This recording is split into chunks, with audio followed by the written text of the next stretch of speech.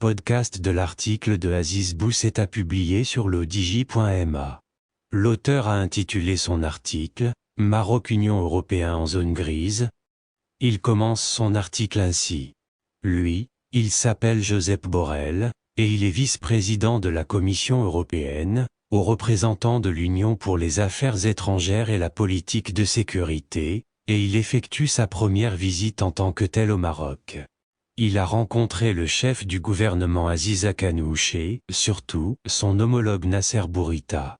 Avec le premier, un communiqué et avec le second une conférence de presse commune, mais avec les deux, on a senti un malaise. Rabat entretient des relations très proches avec Bruxelles, et ces relations doivent désormais, encore et toujours, être lues en gardant en mémoire le discours royal du 20 août dernier, le dossier du Sahara et le prisme à travers lequel le Maroc considère son environnement international.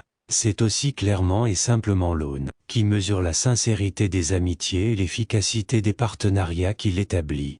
Mais contrairement aux capitales nationales, Madrid, Paris, Berlin, avec Bruxelles la relation est multilatérale et le rapport de force nettement au désavantage du Maroc. Aussi, des relations apaisées avec l'Union européenne sont dans l'intérêt de Rabat pour plusieurs raisons, notamment économiques et financières et Josep Borrell l'a plutôt abruptement rappelé, en dépit des sourires et du tutoiement ostentatoire. En effet, le Maroc assure les 2/3 de ses échanges commerciaux avec les 27 et en reçoit environ la moitié de ses investissements étrangers, a asséné M. Borrell.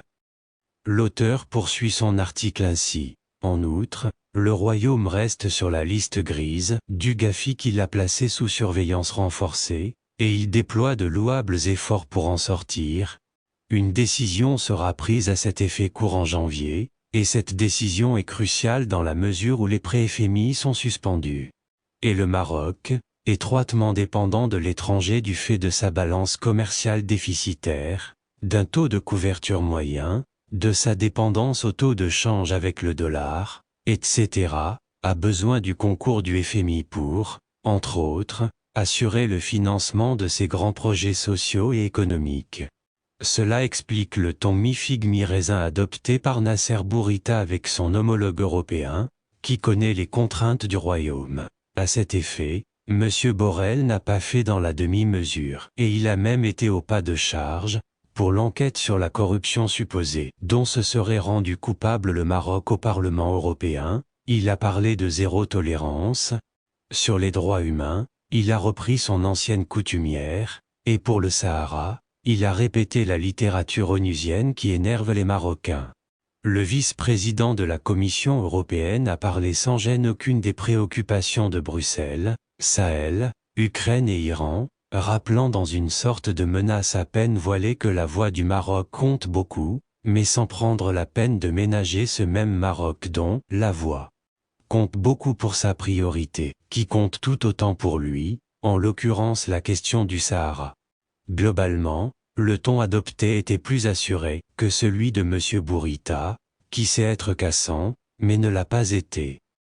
L'auteur ajoute ainsi, le ministre marocain, sur la défensive, a néanmoins déployé son arsenal, évoquant la question des migrations et de la sécurité, domaine où le Maroc dispose d'atouts indéniables, et il a aussi parlé des triangulations entre les deux parties et l'Afrique, puis le Moyen-Orient.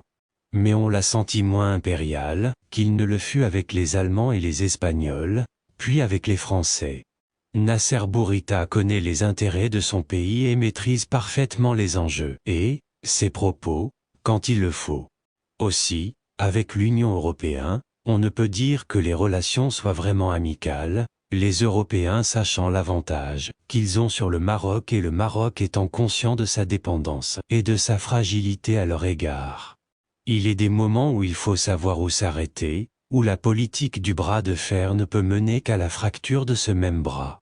C'était le cas avec Josep Borrell. Il appartient aujourd'hui au royaume de prendre la mesure de ses forces, et surtout de ses faiblesses, de savoir jusqu'où il peut aller, et ce qu'il peut faire. Il a face à lui une Europe en stress, voire en détresse, car comme l'a si bien dit M. Borrell, les temps sont difficiles, la Russie la menace, les États-Unis la pressurant, la Chine la harponne, l'Afrique la rejette, l'Europe est énervée mais le Maroc sous pression, avec les moyens dont elle dispose, et ils sont considérables. Le Maroc se doit aujourd'hui d'accélérer ses réformes, pour sortir du piège Gafi et de son inconfort financier. Il doit doper son économie et les conditions, pour cela sont connues, équité, justice, formation, investissement, gouvernance. Il a jusque-là pris son temps, avançant à sa vitesse, mais il sait maintenant que l'UE n'est pas son ami, et que seuls les intérêts comptent. Il doit donc décider de ce qu'il veut, et s'en donner les moyens, mais vite. Bruxelles n'a pas digéré l'autonomie diplomatique de Rabat sur l'affaire ukrainienne, pas plus qu'elle n'accepte la nouvelle posture marocaine à son égard, et encore moins les récentes alliances du Royaume avec les États-Unis et Israël. L'auteur conclut son article ainsi. Le Maroc doit donc, encore une fois, se donner les moyens de sa politique et de son autonomie. Franchir le palier de la fermeté est une bonne chose, mais en face et en simultané, il faut aussi franchir celui de la rigueur. Tenir un discours rude, c'est bien, mais il faut s'attendre à ce que l'interlocuteur agisse de même. Il est toujours risqué d'élever la barre, si on ne peut la franchir.